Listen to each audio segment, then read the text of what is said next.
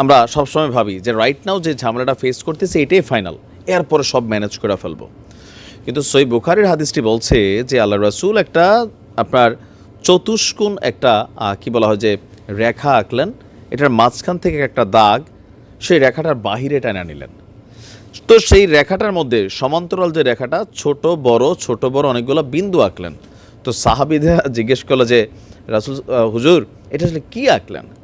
তো বলে যে চতুষ্কোণ বাক্সটা হচ্ছে আমাদের জীবন, আর এই যে ছোট ছোট বিন্দুগুলা বড় ছোট এগুলো হচ্ছে জীবনের সমস্যা, আর এই টানটা যেটা সীমানার বাহিরে গেছে এটা হচ্ছে আমাদের স্বপ্ন।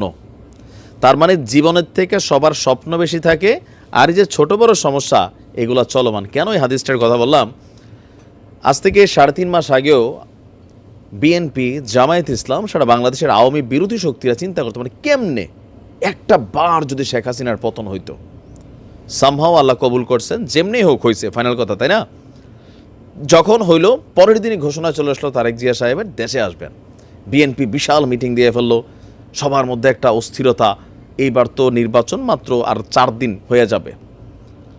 সময় গড়িয়ে 3.5 মাস, এখনও তারেক রহমান সাহেব তিনি ইউকেতে বসবাস করছেন, দেশে যাচ্ছেন না। এখন তো শেখ হাসিনা নাই, কেন যাচ্ছেন না?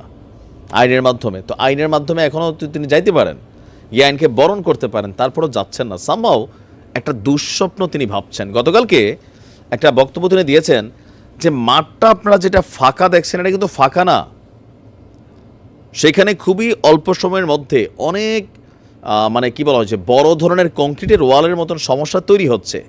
এখনই জনগণের কাছে যান। বিএনপি কিন্তু গেছে, তারেক রহমান সাহেব হয়তো জানে না, গেছে না, সিএনজিওয়ালার কাছে গেছে না, জিবি দাও, গেছে, কিন্তু অনেক জায়গায় পৌঁছে গেছে, মাশাল্লাহ, কাজ আগায় নিতেছে। কিন্তু এই ওয়েতে যে কাজটা করতেছে এটা যে নিজেদের জন্য বিপদ, তারেক রহমান সাহেব আবার বোঝানোর চেষ্টা করছেন। তো কেউ বুঝতেছেন, আবার কেউ বুঝতেছেন না, আবার কেউ করতেছে থাক আপাতত চুপ থাক, কদিন পর তো ক্ষমতায়। তো সেই ক্ষমতা কি নাকের ডগায়? না না, দেরি আছে। ব্রিগেডিয়ার জেনারেল শাখাওয়াত তিনি গতকালকে এর আগেও আপনার তৃতীয় মাত্রায় বলছিলেন যে 2026-এর মাঝামাঝি অথবা শেষ পর্যায়ে ইলেকশন হবে। সেনাপ্রধান একটা বক্তব্য দিয়েছিলেন, আসিফ নজরুল একটা বক্তব্য দিয়েছিলেন। কালকে প্রধান উপদেষ্টার যিনি প্রেস সচিব আছেন তিনি বলছেন, দেখেন আমরা যারা বক্তব্য দিই এগুলো ব্যক্তিগত, নির্বাচন কবে সেটা প্রধান উপদেষ্টার মুখ থেকে জানা যাবে। এখন সেটা কবে? তারেক জিয়ার একটা দুঃস্বপ্ন ছিল যে এই সরকার লং টাইম স্টে করবে। ইভেন এই সরকার যতদিন স্টে করবে বিএনপি ততটা অজনপ্রিয় দলে পরিণত হবে। এটা কিন্তু বাস্তব ভাই। আপনার এলাকাতে লোকাল থানাটাও কিন্তু একটা পর্যায়ে বিএনপি এখন কন্ট্রোল করছে, যদিও ক্ষমতায় আসে নাই। থানার পুলিশ ভাইবানিছে বিএনপি তো ক্ষমতায় আসবে। এখন নির্বাচন ইস্যুতে কালকে উপদেষ্টা নাহিদের বক্তব্য শুনছেন, সংস্কারের আগে কোনোভাবেই নির্বাচন হবে না। আবার এই সংস্কার কতদিন, সেটার রূপরেখা কি, এই সম্পর্কে এটা চলমান থাকবে। কিন্তু তারেক রহমান সাহেব ভয় পাচ্ছেন যে 1 বছরের মধ্যে নির্বাচন চান। একটা জরিপ কিন্তু চালাইছিল একটা গণমাধ্যম, ভয়েস বাংলা মনে না, ভয়েস অফ আমেরিকা। তো সেখানে দেখা গেছে 1 বছরের মধ্যে নির্বাচন চান 61% জনগণ। এই রিপোর্টে যখন একটু খুশি, এরপরে আরেকটা রিপোর্ট আসছে, সংস্কার শেষে নির্বাচন চান 65.9%। তার মানে সরকারের পক্ষে বা ডক্টর ইউনূস সাহেবের এই সংস্কারের পক্ষে একটা বড় অংশ। তবে এই জরিপটা কতজন মানুষের মধ্যে কথা হলো, মানে করা হলো, কোন মতাদর্শের মানুষের মধ্যে করা হলো, এটা কিন্তু ওইখানে পুনঃপুঙ্খ আপনার বোঝার সুযোগ নেই। আর বিশাল কমিউনিটি বাংলাদেশের মানুষ। তো এই মুহূর্তে তারেক রহমানের যে নির্বাচনমুখী যাত্রা, বিএনপির যে নির্বাচনমুখী যাত্রা, জামাতেরও যে নির্বাচনমুখী যাত্রা, সমন্বয়ক বৈষম্য বিরোধী ছাত্র আন্দোলনের যাত্রাটা কিন্তু অন্যদিকে। তারা প্রতিবার বলছে এই কারণে আপনারা 1.5 যুগ আওয়ামী লীগের হাতে ধরা খাইছেন, কারণ আপনারা তাড়াহুড়া করেন বা বিভিন্ন ব্যর্থতার কথা সমন্বয়করা বলছে। গতকালকে রাজধানীর বাংলা মোটরের বৈষম্য বিরোধী ছাত্র আন্দোলনের কেন্দ্রীয় কার্যালয়ে একটা সভা হয়েছে। তো সবার আলোচনার বিষয়টা কী ছিল? এই বৈষম্য বিরোধী সংগঠনের ভবিষ্যৎ রূপরেখা কেমন হবে, কোনো প্রতিবন্ধকতা এলে সেটি মোকাবেলায় করণীয় কি, সেটিও আপনার আলোচনায় এসেছে। মূলত আপনার সংগঠনের নিয়মকানুন কেমন হবে তা নিয়েও আলোচনা চলছে। হাসনাত আবদুল্লাহ বলছেন এটি আমাদের আভ্যন্তরীণ সভা ছিল, এটা ছিল পরিচিতিমূলক, একেবারে প্রাথমিক কিছু এখানে কথা হয়েছে। তো আপনার বলা হচ্ছে যে নির্বাহী কমিটির সদস্যদের কী কী নিয়মকানুন অনুসরণ করতে হবে, এটা আপনার প্রসিডিং আছে।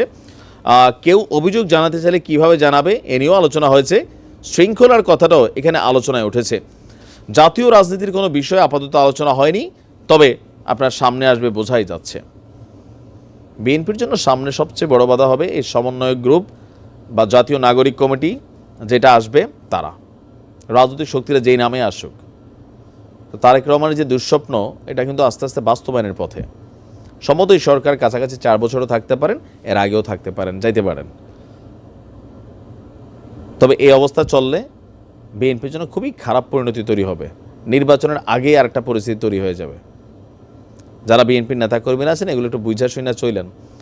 ওই বাজারে, গ্রামে, এই বাজারে ইজারার টাকা, বালু স্ট্যান্ডের টাকা, সিএনজি স্ট্যান্ডের টাকা, এগুলাতে একটু দৃষ্টি কম দেন। অমুক দোকানে 500 100, তাই না? যেই জায়গাত মেল আছে, মানে সামান্য 2টা কথার পুরো আসর বসাই ফেলেন, এগুলা ভালো না। মানুষ এগুলো অপছন্দ করছে দেখে আওয়ামী লীগের যখন পতন হয়েছে মানুষ পক্ষে দাঁড়ায় নাই।